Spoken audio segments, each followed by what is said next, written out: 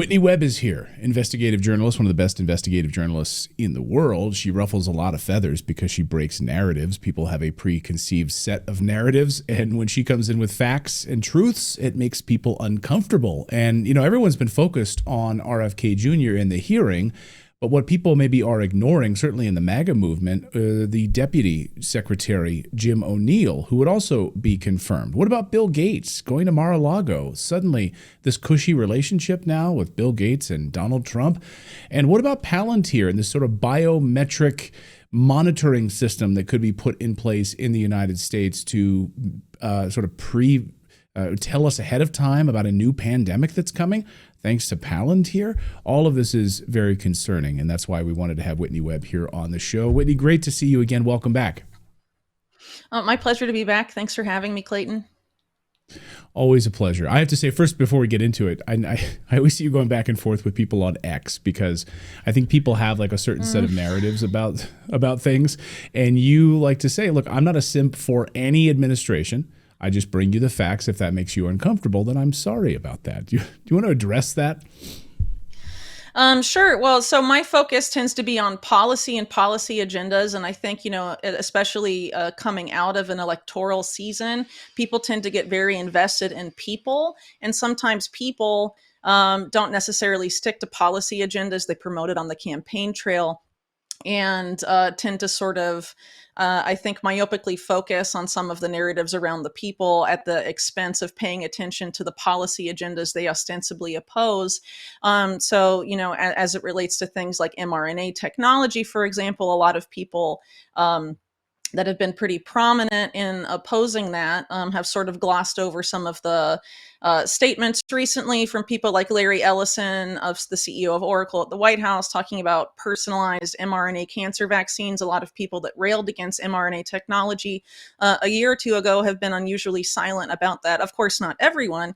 But some have, presumably at the expense of, they don't want to necessarily criticize the incoming administration, but there are some, troubling signs as it relates to mRNA technology specifically. And if this was a major reason for people backing the Make America Healthy Again movement in particular, which has been credited with a lot of Trump's electoral success more recently, it's important to note that that policy agenda does matter to voters, and sort of focusing on, confirming this person or that person, or as long as this person got in, everything will magically be fine. I mean, that doesn't necessarily happen. As we know that in politics, a lot of deal making happens, a lot of backpedaling can happen, a lot of compromises happen that can, be at the expense of those policy agendas that voters really cared about. And so, I tend to focus on the policy agendas and sort of try and avoid a lot of the focus on politicians specifically, because, I think people, it happened with Obama. I think it's happened with Trump to an extent, this idea of hope and change and sort of these savior politics that as long as, we get the right person in the White House, we can all sit back in our armchairs and trust the plan. I kind of reject that. I think it's up to everybody to focus on policy agendas that they oppose, and if those start to be pushed through, that they get vocal about it, regardless of who's pushing about it or making excuses for it. Personally, I guess that has ruffled some feathers in my case, and not necessarily cheerleading people. Has gotten me called a lot of names recently. But ultimately, I'm concerned about certain policy agendas, and I haven't changed in that. So a lot of the policy agendas I've been focused on for years really is the expansion of mass surveillance, the erosion of civil liberties, the imposition of technocracy, and also the imposition of this biotechnology that is deceptively marketed as safe and effective, when we learned during COVID it is neither of those things. As we'll talk about today, as it relates to Jim O'Neal, there's efforts. His big push is to eliminate efficacy testing. for drugs and vaccines, which would be a total gift to the biotechnology products that produced mRNA, because essentially what's been known for years since this technology first emerged around 2010 is that you can either make them safe but not effective, or you can make them effective but incredibly toxic. And so by eliminating efficacy tests, you can flood this on the market. And there's really, if you look into this guy's background, there's really, it's unlikely there will be any sort of imposition of rules that would prevent deceptive marketing of those things.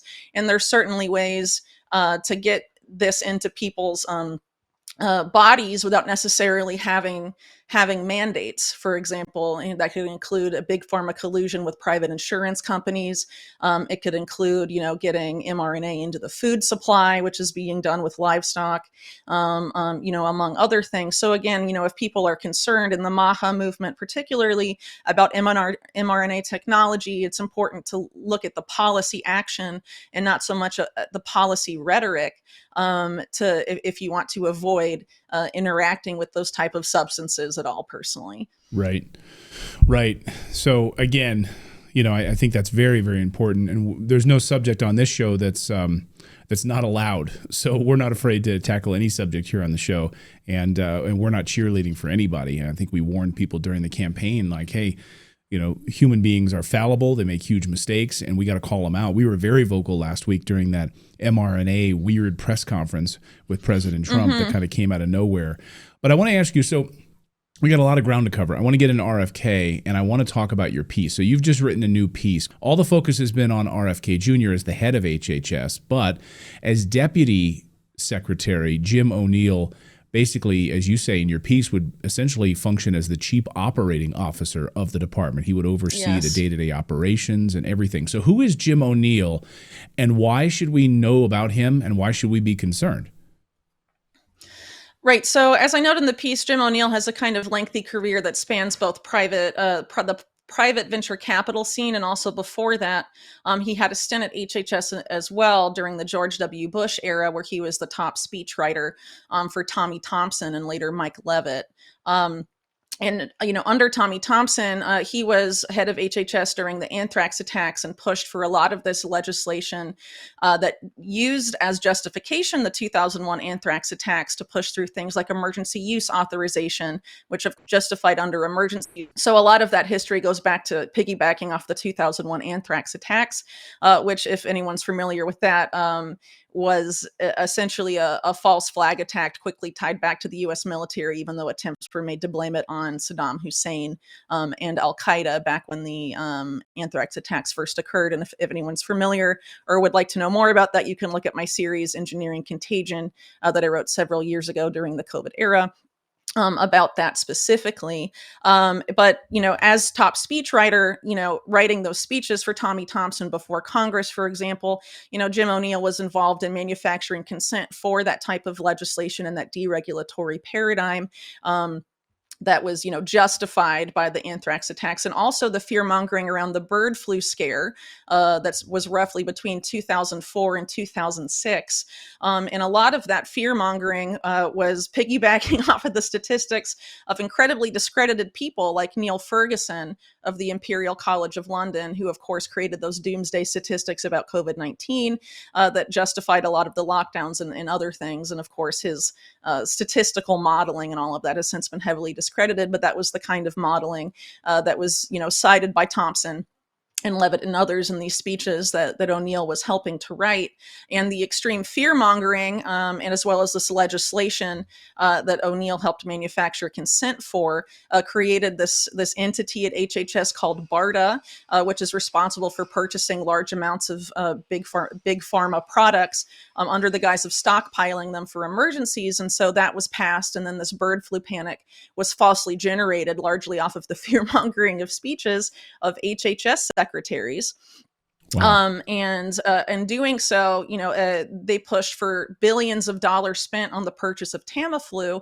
Tamiflu is an antiviral manufactured by Gilead, and at the time, then Secretary of Defense Donald Rumsfeld had previously been chairman of Gilead, held an insane amount of stock in Gilead, and made over $25 million as a consequence of this huge pump and dump, basically, in Gilead stock that was, a direct consequence of the mass government purchasing of Tamiflu stockpiles that was never ultimately needed. It was basically a scam. And a lot of BARDA stockpiling over this fear mongering of, the next pandemic and all of that, a lot of these antecedents, Jim O'Neal first established in his public sector career, and then he leaves. By the way, he was also on the BARDA steering committee when those decisions were made to purchase Tamiflu as well. Jim O'Neal leaves in 2008 and enters the private sector, and he does so immediately, essentially linking up with Peter Thiel of PayPal Mafia fame. Peter Thiel, during the George W. Bush administration, had teamed up with In-Q-Tel, the CIA's venture capital arm, to privatize the massive surveillance program, Total Information Awareness. Then housed at DARPA, they turned it into a private entity with CIA money, and that company, of course, is Palantir. Jim O'Neal worked at Clarium Capital and then later at Mithril Capital, where he oversaw massive investments in Palantir, and also investments in a lot of biotechnology companies, some of which were very controversial, like Ubiome, which essentially was a giant fraud, not unlike Theranos, and its co-founders were indicted on like 40 charges of fraud, and sent to prison for basically what was this giant biotech technology scam. And also at Mithril, Jim O'Neal was the superior of current Vice President J.D. Vance, so they presumably knew each other quite well. And moving downstream of that, it's not just the history of Jim O'Neal, it's his current affiliations that I think raise cause for concern as well. So I note his current ties to biotechnology companies in the piece. And the most glaring of those is his membership on the board of directors of this company called Advantage Therapeutics. And Advantage Therapeutics is essentially marketing injections of pure aluminum, which is a known neurotoxin, and trying to market that as a cure or treatment for Alzheimer's disease, which of course is a neurodegenerative condition. And there's actually no data linking the injection of aluminum into better outcomes for Alzheimer's patients. Basically, what happened, the people behind this company previously tried to create a vaccine to treat Alzheimer's. And in the study, the control group did much better than the group that received that vaccine. But the control group was given the vaccine minus its active component, just the vaccine adjuvant or immunostimulant, which was this aluminum product. And they claim that because the control group did better, that must mean that the aluminum is a treatment for Alzheimer's. And so they got the patent rights to it and attempted to monetize it. But only the scientists affiliated with this company found that finding, or interpreted the data that way. The other people said the outcomes observed in the control group are observed in Alzheimer's patients that undergo no treatments at all.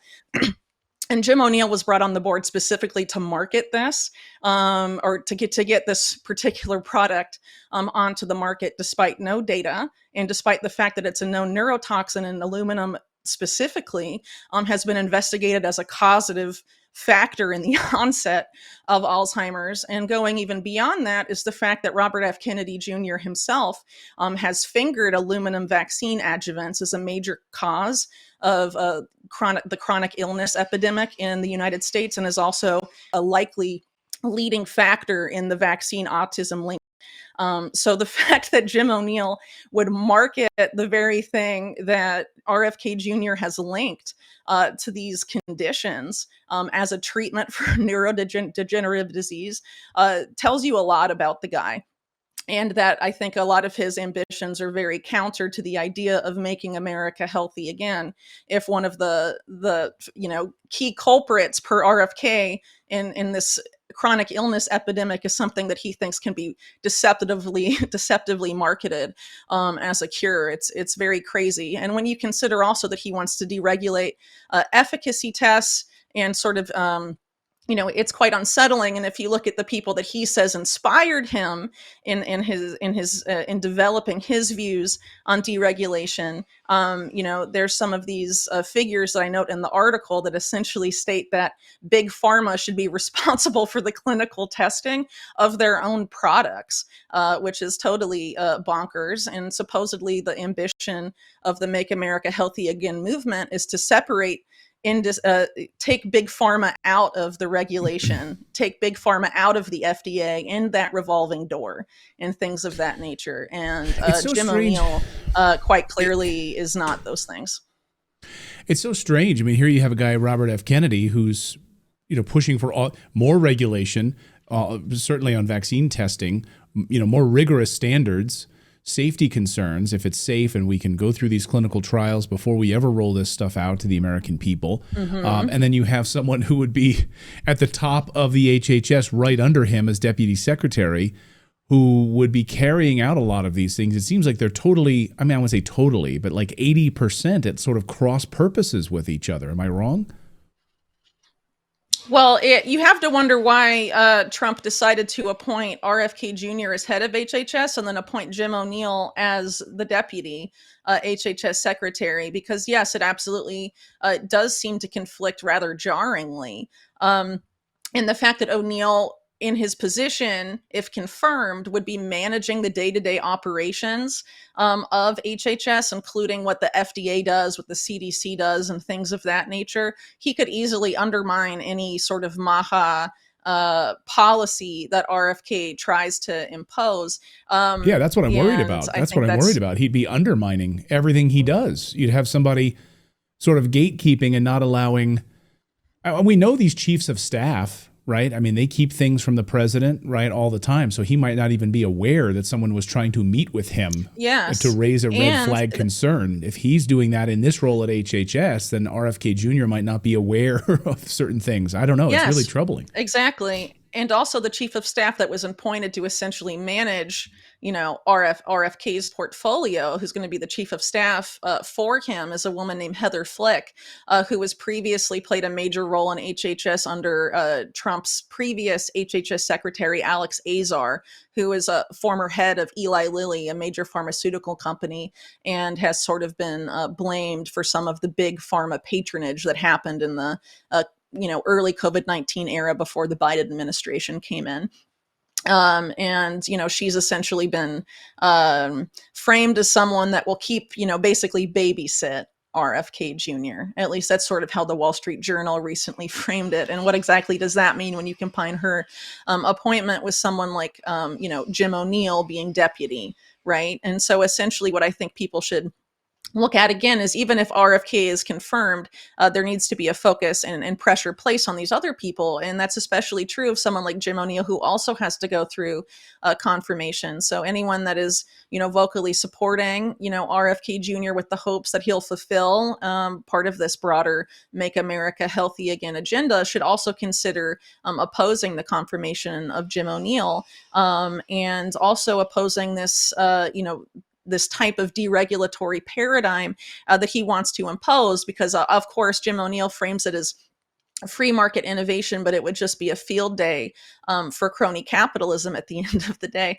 And also, I forgot to add, one of the other, some of the figures that have inspired, that he's cited as inspiring his views on eliminating efficacy testing, say that the efficacy data should be tested on patients after these drugs are administered to them through biosurveillance, including through digital wearables, and that big pharmaceutical companies, the producers of those products, should be given access to the data so that they can jack up the price, depending on how quote unquote effective the drug is based on this data. And it's also a way to surveil what's going on inside people's bodies, which is eerily reminiscent of things said by people like Yuval Noah Harari, who's, affiliated with the World Economic Forum, talking about the utility, how the next frontier of mass surveillance is to surveil what's going on inside people's bodies.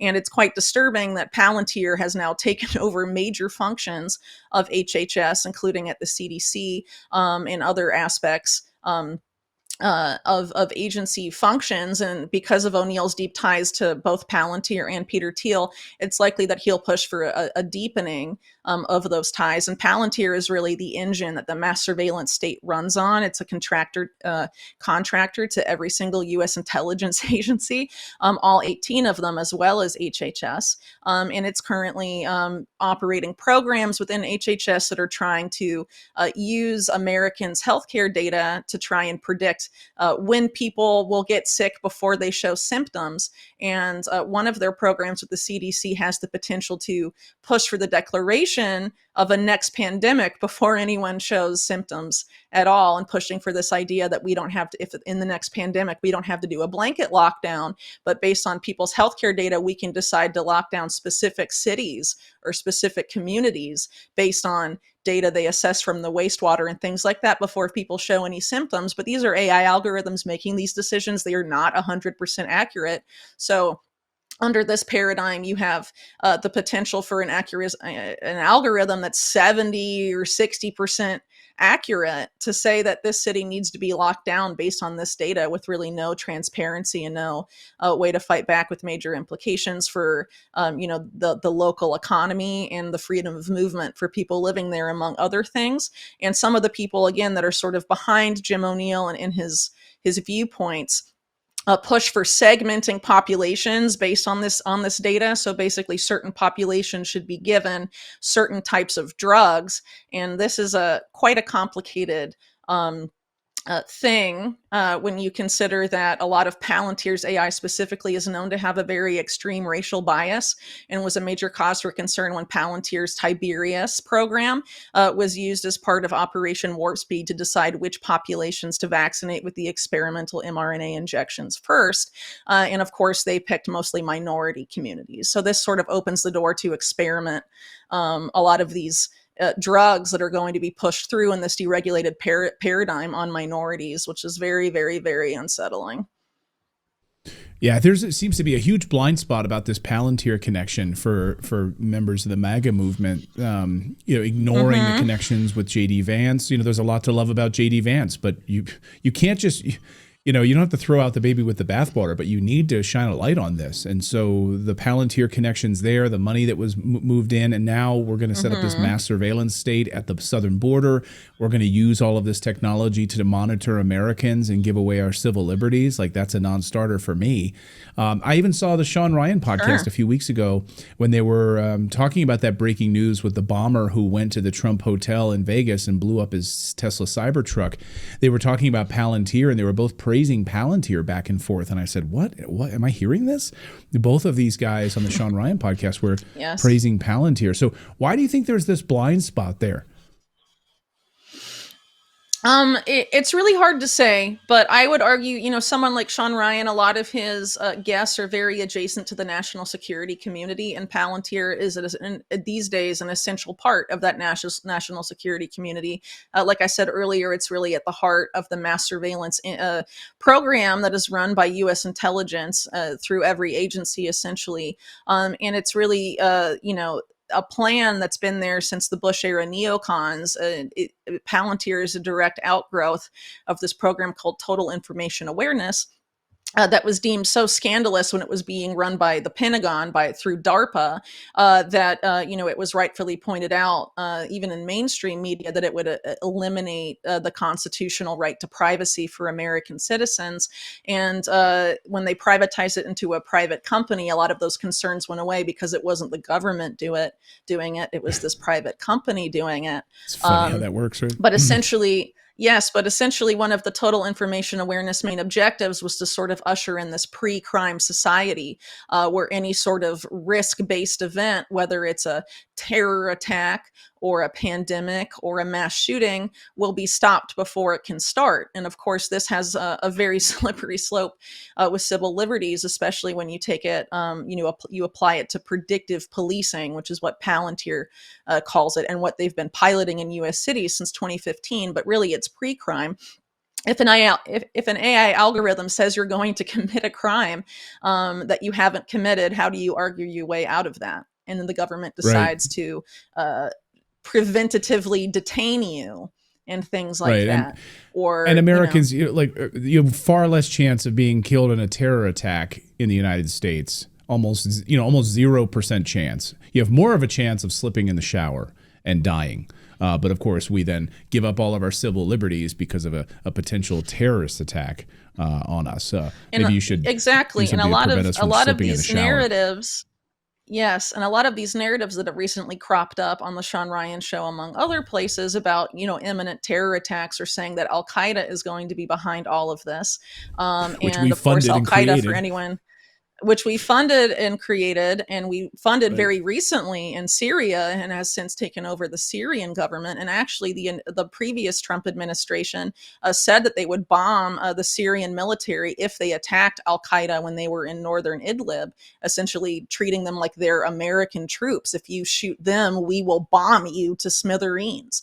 That was, said by Nikki Haley and Mike Pompeo, and I know Trump has tried to distance himself from them since then. But I mean, this is a direct consequence of U.S. policy, and also, some of these figures that have, tried to, say that Al Qaeda has all these nefarious plans, have also said that if you question 9/11 or question why Building 7 fell down on 9/11, you're helping Al Qaeda and you're treating Al Qaeda as some sort of glorified rebel force, when in fact I'm quite certain that most 9/11 truthers would consider Al Qaeda a proxy of the CIA. So ultimately, if this total information awareness pre-crime paradigm is a CIA military effort and that they want to manufacture consent for, it's really not surprising to me that they would recycle their favorite boogeyman. They're certainly not the most creative bunch, but if they try and get people, scared enough, they will ultimately succeed. And that also rings true, I think, when it comes to alleged threats of bioterrorism, claims in the same network that we've been talking about most recently, have also claimed that Al Qaeda has some sort of bioterror scientist cooking up bioweapon and all of that. But Right. again, even when you consider, if you want to subscribe to the lab leak theory of COVID-19, the U.S. military was intimately in Fort Detrick, intimately involved in a lot of the funding of that particular institution as well. So it's very hard to sort of extricate U.S. involvement or the potential involvement for some of these things. And if the solution being, pushed on people is that they have to submit to this sort of pre-crime predictive paradigm where we have to give up our civil liberties to stop crime before it happens and enter into a de facto minority report, it's very concerning. And when you consider the fact that Larry Ellison, the CEO of Oracle, was recently platformed at the White House to promote, among other things, AI generated personalized cancer vaccines using mRNA. He recently said that this type of AI surveillance system would force citizens to be on their best behavior at all times, and is basically a nod to the whole concept of a panopticon, which was originally a prison design. I think first, posited in the 19th century or so. And the idea of it was that prisoners would always be on their best behavior because they were always under the watch of a guard, but they couldn't necessarily, because of how the windows were designed in the guard tower, see if they were being watched or not. But feeling that they were being watched at any given moment would induce obedience. And this is the type of tactic that an authoritarian society would employ, not something that is not a society that's trying to enshrine individual liberty and freedom, which I think a lot of people that voted for Trump were hoping to enshrine that. But frankly, I think a lot of the advancement of, Palantir in particular, and what it's attempting to do with its various contracts in the U.S. government is really a bipartisan thing. Their contracts have expanded and advanced with every successive administration since they were created. Bush, Obama, Trump, and Biden, and likely to do so again, considering a lot of the Palantir adjacent figures. That are in the Trump administration. David Sachs, for example, the crypto AI czar, is a big investor in Palantir. Joe Lonsdale, another Palantir co-founder, has been a very vocal supporter of the president and and funded his campaign this cycle. And of course, Peter Thiel's connection to people like J.D. Vance, who worked at Lear Capital, which of course is a major investor in Palantir. A lot of this does need to be discussed. And I think if people are concerned about these types of paradigms, they should push for a policy rejection of these things. Even if they like a particular person that has these, what I would argue are conflicts of interest, if you can, as you said earlier, like other things they do or say, and not necessarily like this. And I think, if people are concerned about civil liberty and not turning into some sort of totalitarian hellhole where individual liberty is a distant memory, this type of predictive paradigm needs to be rejected, whether it's about national security or health security at the end of the day. I promised our audience that we would talk about Bill Gates before we get you out of here, Whitney, which is troubling. Over the past couple of months, Bill Gates has gone to Mar-a-Lago, had a 3-hour dinner with President Trump. The Wall Street Journal did a glowing sort of wet kiss rebranding interview, an article the other day. We featured it extensively here on our show. And of course, the Wall Street Journal went after us for a copyright strike in violation, of course. But anyway, nevertheless, it was a big wet kiss for Bill Gates. There seems to be a rebranding happening, not only with like Mark Zuckerberg, but Bill Gates. What do you make of this? And he sort of just sloughed off. They didn't really push him on Jeffrey Epstein at all. It was just sort of a, They haven't in a while, have they? No. What do you make of all this? Well, I think it's quite clear that a lot of the big tech oligarchs feel like this is going to be a golden age for them specifically. I think it was pretty telling that at the recent inauguration, a lot of them had front row seats, including those that had been very antagonistic to Trump in previous years, like Jeff Bezos in particular, who, owns the Washington Post, which was one of the most, vocal mainstream media outlets that was, very vocally against Trump. So the fact that they're sort of being welcomed back with open arms is quite interesting. But I think, as I've argued for a few years in my work, Silicon Valley and the national security state have essentially fused. You could argue that these big tech oligarchs have more influence over our government than any elected politician because of how dependent the government is on them for their services, whether that's Amazon Web Services, Microsoft, or any of these other companies that are becoming increasingly entangled with the US government, like Palantir that I mentioned earlier. A lot of the essential functions of the government are dependent on these big tech companies now.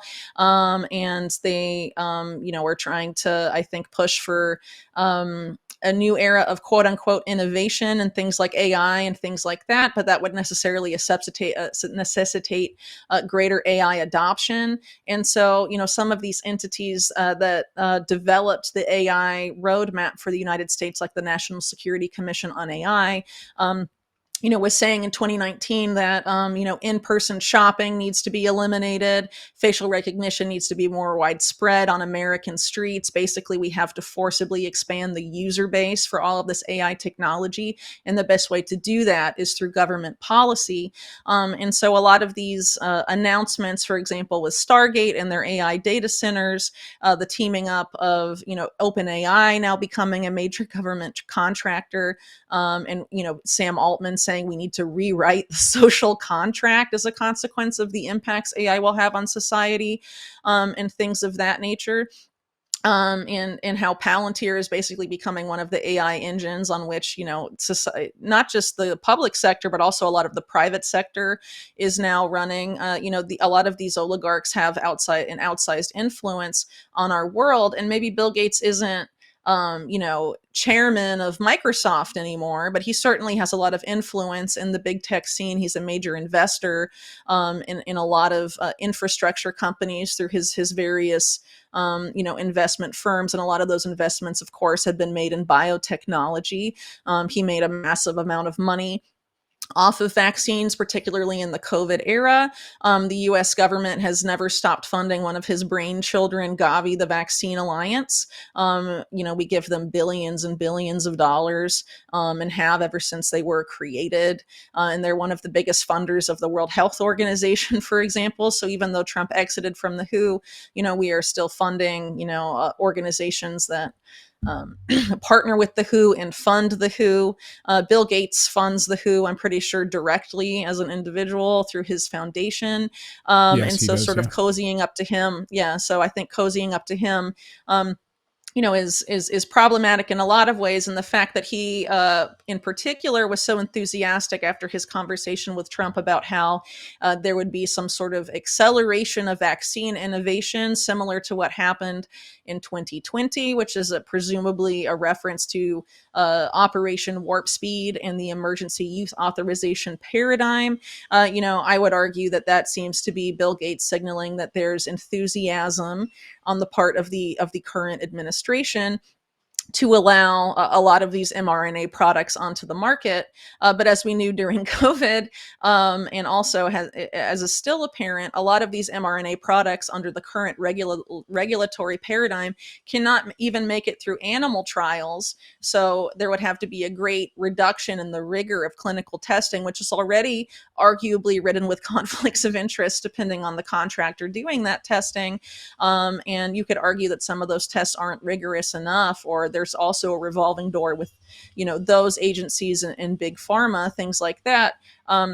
I think people need to be very concerned about mRNA technology, and that we shouldn't necessarily be hoping that the government, even with this administration, will save us from it.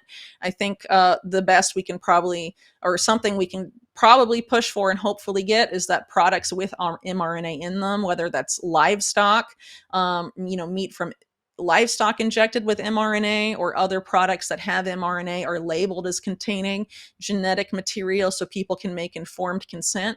But I think it's pretty clear that this administration plans to allow those products onto the market, and not to really push for them to be removed, or to have them undergo more rigorous testing. It seems to be quite the opposite. And this is actually, unfortunately, consistent with things that happened with Trump's first term. Not necessarily, well, of course, it happened with pharmaceuticals under the guise of COVID-19, but also the biotech industry was dramatically deregulated in agriculture, and genetic modified organisms had it was a huge, market swing in the upwards direction for them under Trump. And actually, a lot of organic farmer associations and small farmer associations sued the first Trump administration because of that extreme deregulation of GMOs in the food supply.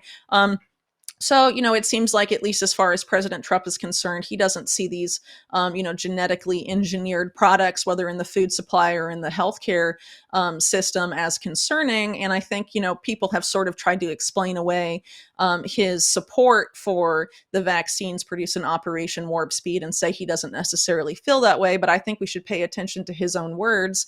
And he's continued to sort of, praise it as a great accomplishment. And hasn't really said anything about mRNA needs to be studied, or we're not sure about this. It seems like he's all on board, as of course are the big business leaders in big pharma, which I know Max Jones a month or two ago was on your show to talk about the issue of big pharma and patent cliffs.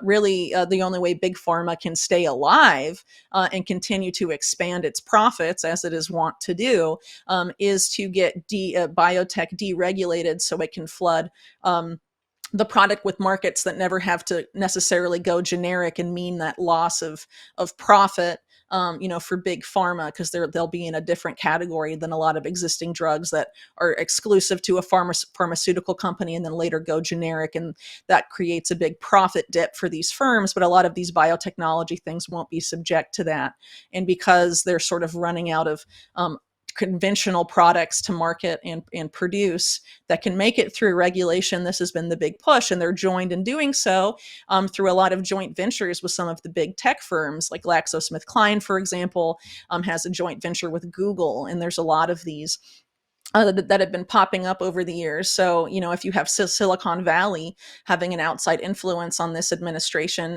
that could very possibly be a motivator here as well. And a lot of the big venture capital firms that are responsible for the rise of the big Silicon Valley behemoths or have been produced from them are among the biggest investors in the biotechnology industry. And so I think, people that are concerned about this technology need to be very focused on how these policy agendas progress and try and do all we can to have informed consent about what products contain them so that if you wish not to consume them, you can do so effectively. I'm just going to become Amish. I'm so sick of this stuff. Someone in our chat room yesterday said, oh my gosh, just look at the Amish. They don't have to deal with any of this stuff. And it's crazy to think we have to read a label now to see if there's an mRNA vaccine shoved into this milk somehow or the meat that I'm eating. It's terrifying. And you would think that under RFK Jr., like this would be eliminated, but it seems like not the case. Well, I think they've sort of stacked the cards against him, but there have been, reports over the past couple of weeks citing people in Trump's and also Kennedy's orbit that he's not planning to focus in vaccines, at least for the first significant part of his term as HHS secretary. He's looking instead to score smaller wins in the fields of exercise and food. So I think, the fact that since he's endorsed Trump, he's been pretty mum on biotech issues and instead focused on things like seed oils and beef tallow and things like this sort of, if these recent reportings or, recent reports are any indication, maybe sort of looking to go in those directions, perhaps there's less resistance there. But I think a lot of the people that voted for him have concerns about this technology. And so instead of blindly trusting that those concerns will be, enshrined by this administration, I think because of people like Jim O'Neal and people like Heather Flick, it's important to pay attention to what is actually going on with the policy agendas. And I think that's also true for the person who's been appointed to be head of the FDA, who I believe also has to be confirmed, Marty Makary, who, according to biotech CEOs, his appointment was like dodging a bullet.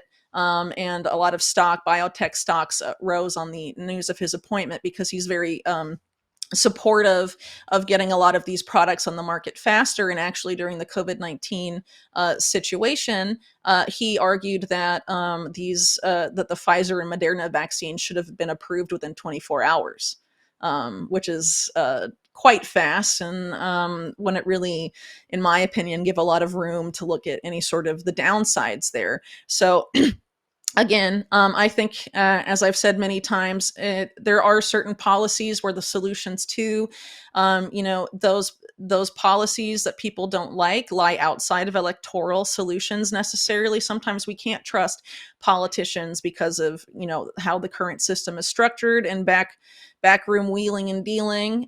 We have to sort of focus on building parallel systems, developing informed consent. A lot of that depends on a truly independent media reporting on these things, even when they're not convenient or maybe don't necessarily make us feel warm and fuzzy. If we want to avoid these types of things in our food supply or our medical supply, we need to be, as focused as we can on the facts, see when these things are advancing.